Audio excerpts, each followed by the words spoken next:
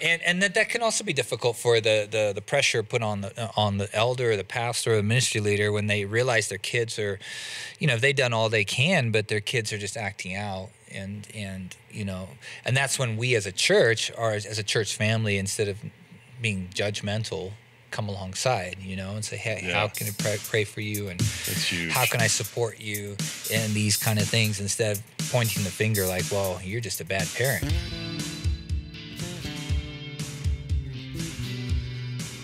Hey, welcome to Whitefields Community Church Sermon Extra. Great to have you with us once again this week. I'm here with Pastor Jason, myself, Pastor Mike. Hey, it seems like we're playing, musical chairs here. You never know who's going to be sitting in these chairs from week to week at the moment. But we're back in our series, Equipped for Serving, as we've been looking at Paul's letter to Timothy, the pastoral letters as these have been called, 1st and 2nd Timothy and Titus, some of Paul's last letters that he actually wrote from prison in Rome. And so we found ourselves looking at chapter 3. And so if you missed any of that, whitefieldschurch.com, get over there and you can download it. And, of course, any of your favorite streaming platforms. We are on YouTube and Facebook and Spotify, Google podcast platforms. And if you would, please, you're watching this on YouTube, please subscribe, like, rate and review if you can. Any way that you interact with this content really just helps boost it up in the almighty algorithm that controls all in cyberspace. And, when people are asking these questions, like they want to know what are the qualifications for an elder? What is an elder? What is a deacon, as we studied this week? What is a pastor? What are some of the expectations and things like that? It'll just show up in their search, and we'll be able to provide Christ-centered and gospel-centered answers to these questions. And so I was honored to give this message. Was very, very interesting to, there's a reason why many times we save these types of letters, these pastoral letters, you hear about them at ministry conferences or at pastors' conferences, yeah, right. Because it says a lot of technicalities. And so, it was, but as you studied through this passage, you realized that, as I said on Sunday, that, pastors, elders, deacons, ministry leaders, they're just like everyone else, but more so, that we're all called to these qualifications and characteristics, and that character really mattered, and that was the name of our study. Character matters, and that applies to all of us, and I think a couple people talked to me that really meant something to them, like they were kind of welcoming in, many times, I'm not an elder, so I'll just skip through these chapters, but they were able to really connect with that particular part of the message. And some of the things we didn't get into is just some of the technical things, just didn't have time on Sunday morning. But, when we can talk about those here at the front end. And then I wanted to get to one of the more exciting topics of PKs, pastors' kids. That seemed to kind of struck some nerves, rang some bells, with some folks. They really wanted to talk about pastors' kids, That's which right. we talked about. We'll get there. So you're going to have to sit through this first technical part. But we wanted to talk about the Greek words that Paul uses, and he seems to use them interchangeably. So we have episkopos, which is where we get episcopal, or that's where we get the word bishop from. So, or overseer, right? Overseer. And then there's presbyter, which is the other Greek word that Paul seems like in Titus chapter 1, he seems to use those interchangeably. And it is just like you've probably seen this. Like sometimes people kind of divide this out, you have different. Yeah, you end up with, and I think it's, you have this history, and it's different depending on the denomination, right, on if this is divided out or if it's kept the same. And you get that a lot with different denominations. And oftentimes the older and bigger the denomination, it seems that they've divided these out, and they need these positions. For example, if you have pastors, and then you have this massive denomination, you have to divide up the groups of pastors somehow. And so they tend to pull out, different, like bishop, out of that, out of those Greek names, we kind of come out with the Latin, and then we kind of come up with these names. But we divide them up, and they need a name for that position, and so they pull these Greek names and move them into Latin, and then move them into English, and we come up with these names.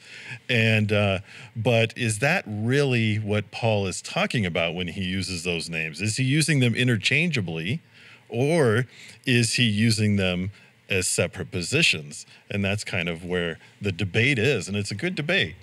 Yeah, and you've seen different traditions will divide those things out, and then that's how you kind of identify who's the bishop of, they kind of, I guess we've given more importance to the certain words that we decided, though it seems like Paul just kind of, once he's calling them an overseer, the next he's calling him a bishop, the next he's calling him an elder, as we would call it, but we've kind of divided up. And then you throw in poimen, which is the word Greek word we have for pastor, on top of that. And so, it's very interesting to, as I look through these passages, that wait a second, I think, is that something Paul really was doing? And so, I think that's really the key, though. What is Paul's intention there? Is Paul's intention to create different positions out of this one small passage? And, our tradition is that no, I mean, he's talking about the same thing. He's using the same word, or two different words interchangeably, to describe the elder and his roles. And that's our tradition, is that he's talking about the same thing. Same thing. Yeah, I know, it's very, very interesting. I didn't want to necessarily get into the weeds, and people like turn off. I think at one point in the sermon I did say, I feel like we're at Bible college right now. So we kind of eyes glaze over. Yeah, as eyes glaze over, we dive in. But it's important. I think I love doing word studies, and I think it's important to dive into these words, because words that's the way we communicate, and it's important to understand and get back to what was the original intent of and who was Paul writing to? What was his intention?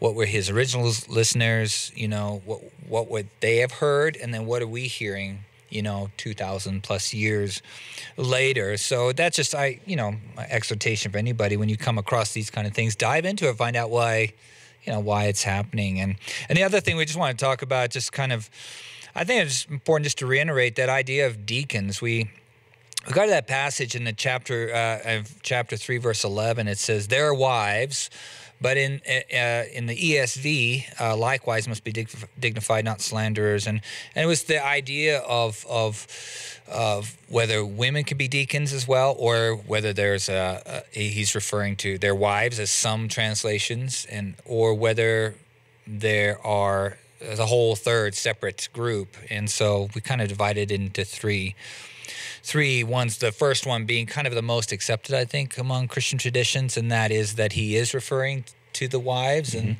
because it actually but that word there is not there. It actually says women. And this is another thing that we talked about on Sunday a little bit, is that word deacon can mean servant, or it can mean it can be that messenger or errand, or somebody who waits on tables, or it has these different meanings based on the context. And the same thing with the word for gune, which is the word for wife or woman, depending on the context. Totally different from Goonies. Gune. Yeah, gune.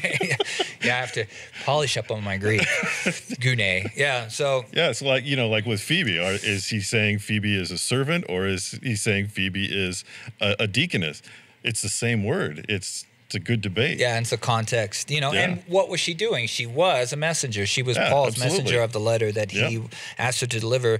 And in the context, she's also, you can tell that she was highly esteemed and highly thought of, as that Paul had the highest respect for her, in a sense that he placed this great responsibility upon her. So there is this sense that Yeah, she was somebody who had a leadership role within the church. At what level that was, we don't know. We don't know, but yeah. it seems like what Paul had, the kind of respect he'd given her, you could take that away. So that's why some translators said she was a deacon or a deaconess. And so, you know, the first school of thought, of course, was that he's talking about their wives, and the reason is because, you know, verses 8 through 10, he gives qualifications for deacons, and then 11, he's now referring to their wives, maybe. And then 12 through 13, he continues with qualifications for deacons. And so people just kind of say, well, the train of thought seems to think, well, now he's referring to their wives. But then, of course, the main pushback was that there's no qualification for elders' wives. Why didn't Paul say to the elders' wives? And so, or is this, you know, some commentators have said that actually Paul is writing about elders' wives here as well. Yeah, right. So there's that idea, but it's not clear because the English translators and translators of the Bible have put that word in there to bring clarity, but I'm not so sure it actually brings clarity. and that's the difficulty. You're translating a language that people speak today, but not in the same way. You know, it's like saying, well, we speak English today, but not the same way Shakespeare did. No. Or, you know, Richard the Lionheart, you know, or, but, you know, a great example of this is, I've heard there's, you know, a lot of school of thought on this, is, does Paul use the word gune consistently the same way throughout the entire letter, or is he switching back and forth between wife and woman because of the same word? And so, you know, if he uses it consistently, then yeah, he's talking about deaconesses. But if he's going back and forth between wives, then he's talking about two different things. I mean, it's a good debate that I don't think will ever land this side of heaven. many books on both sides of that topic. Yeah, many very intelligent people land on both sides of that topic. So, and that's the second school of thought, would be that it's a third separate office, deaconess, and some say they kind of refer to Phoebe, but some translations actually use the feminine deaconess. Some use just the word deacon, and some call her servant. So again, you have you know, very smart people, all Greek scholars, looking at the same context and coming up with three different versions. And then the third is that he's actually speaking to women and including them within the office of deacon, and saying women likewise be dignified, not slanderers, but sober-minded, including them within that that group of people. And, you know, so wherever you fall on that topic. But, you know, here at Whitefields, we discussed that we have ministry leaders. We don't necessarily have the office of deacon, but we hold our ministry leaders, our elders, and everybody to the highest standards that are laid out here. And ministry leaders can be women here. And ministry leaders here can and are women here and teach at every level here at the church. And so, but now let's get to our fun topic after we've gone through the weeds and discussed all the Greek terminology, PKs. And I asked this question on Sunday. It was kind of funny. I wasn't necessarily thinking I was going to get that much response. My first question was like, who knows what a PK is? And like a ton of people threw up their hands. And then, who is a PK? And I saw a few hands sheepishly go up. And let's say what a PK is for those that may not know. So a PK is a pastor's kid, and so you know actually a pastor's kid. Yeah, I'm married to a pastor's kid. So tell us a few things about pastors' kids. We're just going to talk about, because, you know, there's a lot, that's a loaded word, PK. It's come over the years, the decades to, you know, there's a lot of baggage attached to PKs. And, you know, discussing this with you, I realized, you know, it, for good measure. So tell me, who do you know is a PK? Yeah, my wife is a PK, and I remember when I first met her, we were dating, she said, I will never marry a pastor. And here I am. It's a pastor. Boy, that didn't work. That didn't work out. So my wife has had some great experiences and some really bad experiences being a PK. And it's really nothing to do with her dad. Her dad was a great pastor, you know, and still is a great man, but it was more of people viewed her, since she was a pastor's kid, as she calls it goody goody. And so she would be viewed as that. And so she would act out in ways that she didn't want to be perceived as that. So she would, well, I'll smoke the cigarette because I don't want to be perceived as a goody goody, right? As she's turning green, as she's smoking that cigarette, But so she would act out. She was a pretty good kid, though. But I know some pastors' kids that were a little on the alternative side of things. For example, one specifically was on the skateboard scene, and the church really shunned him and tried to pressure him into being the perfect kid because he's the pastor's kid. And so they seem to think a lot of times the church pressures them and they think that he needs to be the model boy. And he really pushed back on that because of the pressure, and he ended up just rebelling and going the opposite direction. That, and oftentimes you'll see that, and that's really what you get when you think of PK. You think of like this little rebellious kid half the time, or you think of an angel. It's never in between usually. And so my wife was often the little angel who sometimes did dumb things, but then you have this other one who his dad oftentimes was, not present because his heart of the father's heart was with the church all the time. Literally, he was there. And so he had no supervision. He was always ostracized, and he ended up leaving the church and never coming back. So there's a lot of tragedy in PK stories, but there's a lot of good things. Yeah, no, I resonate with that one because my kids, I've been involved in the ministry, going on 25 years now, and they grew up, in church. You just drag them around and you're on stage, and my wife, Monica, she's many times on stage with me, and the kids are just running around, and you're just like hoping they don't get into stuff. But they do have that sense. I mean, I guess in a sense they do become a bit more taking care of themselves, a little bit more self-sufficient, a little bit like that.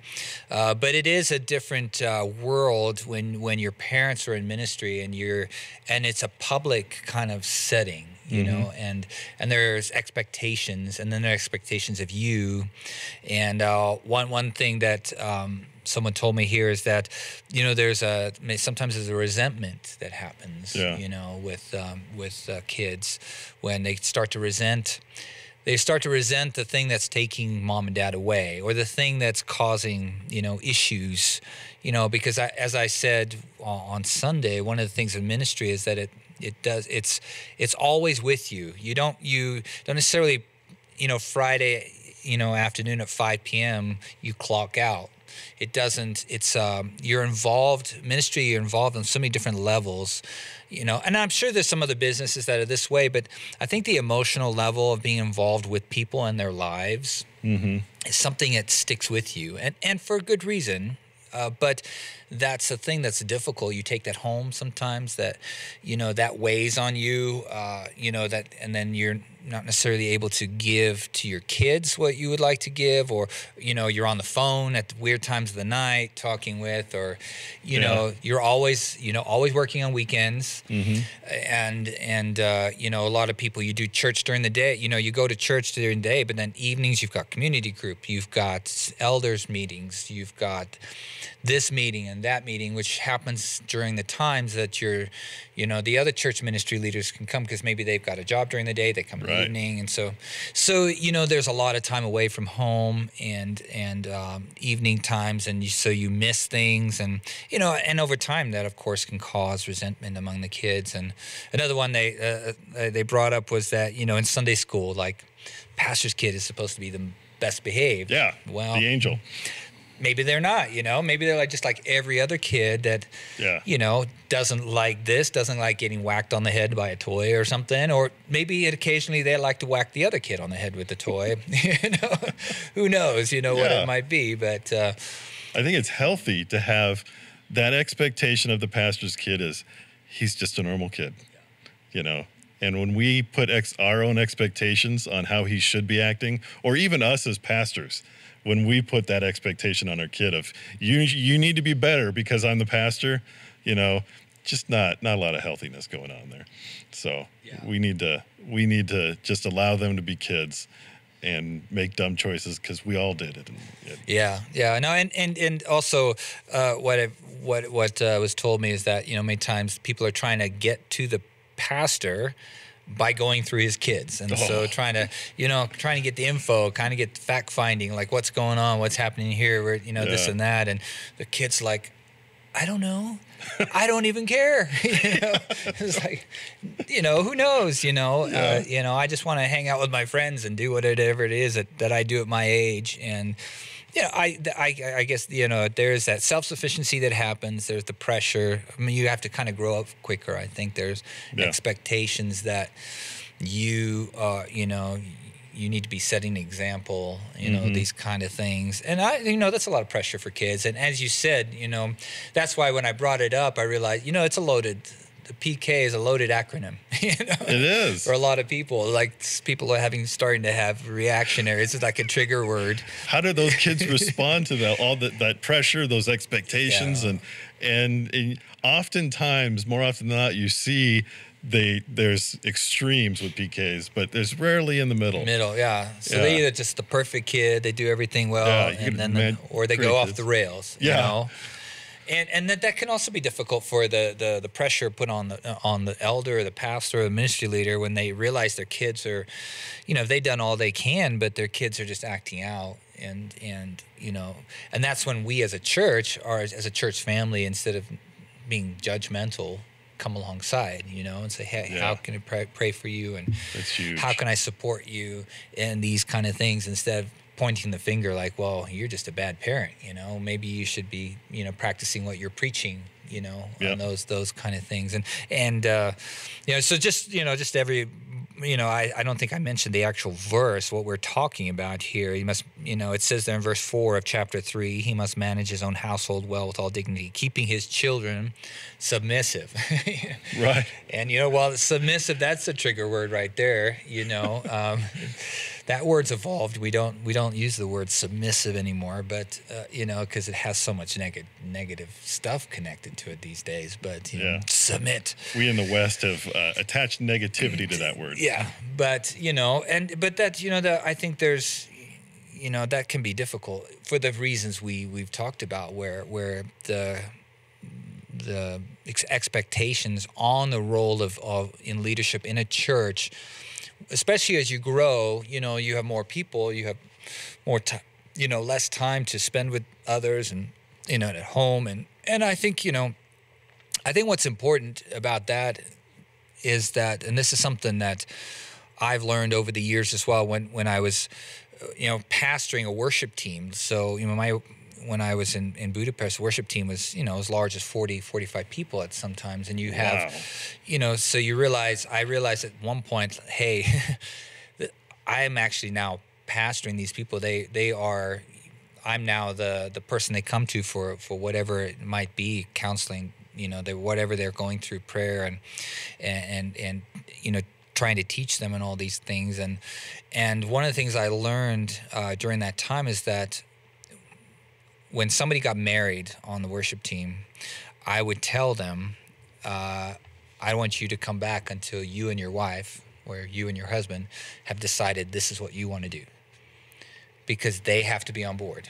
Because it's, I think from this passage you glean the idea that, the leader, the elder might be called, but hey, guess what? The wife's called too, because of all the things we just talked about right now. Yeah. And so that was something that I kind of put in place, not necessarily as a fast, hard rule, but just like, I think in a sense, godly wisdom to say that you were single when you joined this team, you're now married. This is a big commitment that you're doing. You're spending, your Sundays away, you're apart, you're not necessarily enjoying church together. You're on a stage, she's not. You're there all 3 services. We had 3 services, and same here, we have multiple services. And so that was just something where, hey, you guys, you go home and pray about it. Mm-hmm. And if you guys decide that this is something you want to do together, Yeah. then That's wise. Then we talk it again, because it is a family. Everybody, as we just talked about, the kids, the wives, the husbands, everybody's involved in this thing called church, and especially if you're in leadership. Yeah. And I think that's the way it should be. The church is the family of God. This is the body of Christ. But it comes with its, warts and all. Warts and all. Well, with that. So, but do you have anything else to add on that point? No, I think we covered it pretty well. Yeah. Yeah. No, that was, So PKs, we love you. We cherish you. And, it's God's going to use all of you and has been using you. And,